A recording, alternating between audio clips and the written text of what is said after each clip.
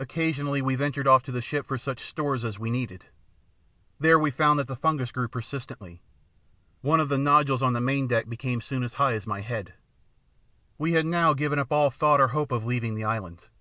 We had realized that it would be unallowable to go among healthy humans, with the things from which we were suffering. With this determination and knowledge in our minds, we knew that we should have to husband our food and water, for we did not know at that time, but that we should possibly live for many years. This reminds me that I have told you that I am an old man. Judged by the years, this is not so. But, he broke off, then continued somewhat abruptly.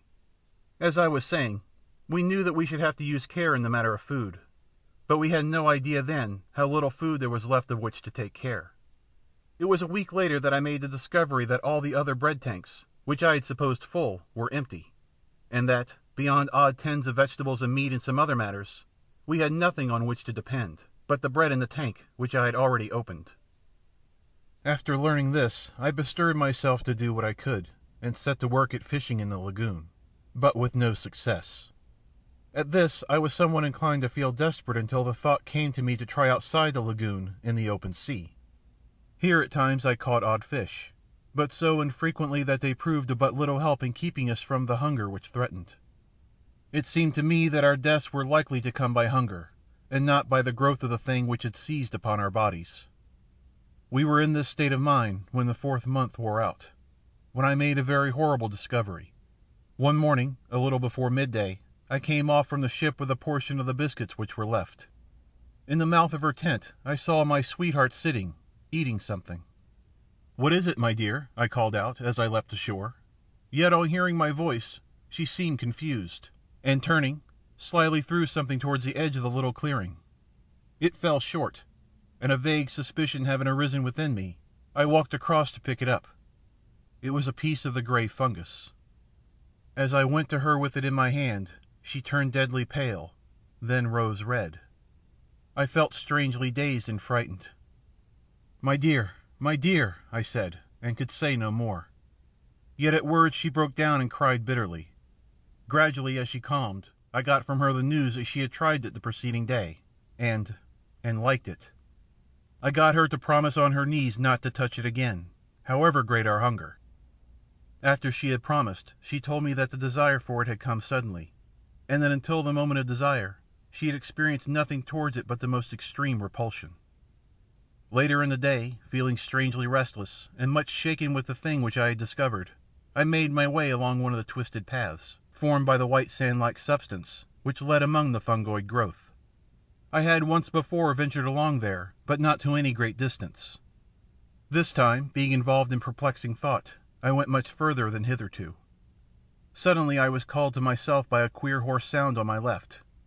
Turning quickly, I saw that there was movement among an extraordinarily shaped mass of fungus, close to my elbow. It was swaying uneasily, as though it possessed life of its own. Abruptly, as I stared, the thought came to me that the thing had a grotesque resemblance to the figure of a distorted human creature.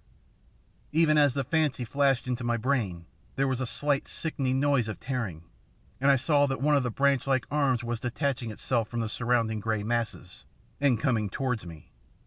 The head of the thing, a shapeless grey ball, inclined in my direction. I stood stupidly, and the vile arm brushed across my face. I gave out a frightened cry, and ran back a few paces. There was a sweetish taste upon my lips where the thing had touched me. I licked them, and was immediately filled with an inhuman desire. I turned and seized a mass of the fungus. Then more, and more. I was insatiable. In the midst of devouring, the remembrance of the morning's discovery swept into my mazed brain. It was sent by God. I dashed the fragment I held to the ground.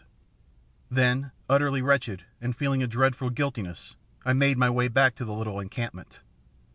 I think she knew, by some marvellous intuition which love must have given, so soon as she set eyes on me. Her quiet sympathy made it easier for me, and I told her of my sudden weakness, yet omitted to mention the extraordinary thing which had gone before. I desired to spare her all unnecessary terror. But for myself I had added an intolerable knowledge, to breed an incessant terror in my brain. For I doubted not but that I had seen the end of one of those men who had come to the island in the ship in the lagoon, and in that monstrous ending I had seen our own. Thereafter we kept from the abominable food, though the desire for it had entered our blood. Yet our drear punishment was upon us, for day by day, with monstrous rapidity, the fungoid growth took hold of our poor bodies. Nothing we could do would check it materially, and so we who had been human became, well, it matters less each day. Only we had been man and maid. And day by day the fight is more dreadful, to withstand the hunger lust for the terrible lichen. A week ago we ate the last of the biscuit, and since that time I have caught 3 fish. I was out here fishing tonight, when your schooner drifted upon me out of the mist. I hailed you. You know the rest, and may God, out of his great heart, bless you for your goodness to a couple of poor outcast souls. There was the dip of an oar, another. Then the voice came again, and for the last time, sounding through the silent surrounding mist, ghostly and mournful. God bless you. Goodbye. Goodbye, we shouted together hoarsely, our hearts full of many emotions. I glanced about me. I became aware that the dawn was upon us. The sun flung a stray beam across the hidden sea, pierced the mist dully, and lit up the receding boat with a gloomy fire. Indistinctly I saw something nodding between the oars. I thought of a sponge, a great grey nodding sponge. The oars continued to ply. They were grey, as was the boat, and my eyes searched a moment vainly for the conjunction of hand and oar. My gaze flashed back to the head. It nodded forward as the oars went backward for the stroke. Then the oars were dipped. The boat shot out of the patch of light, and the thing went nodding into the mist. End of The Voice in the Night by William Hope Hodgson.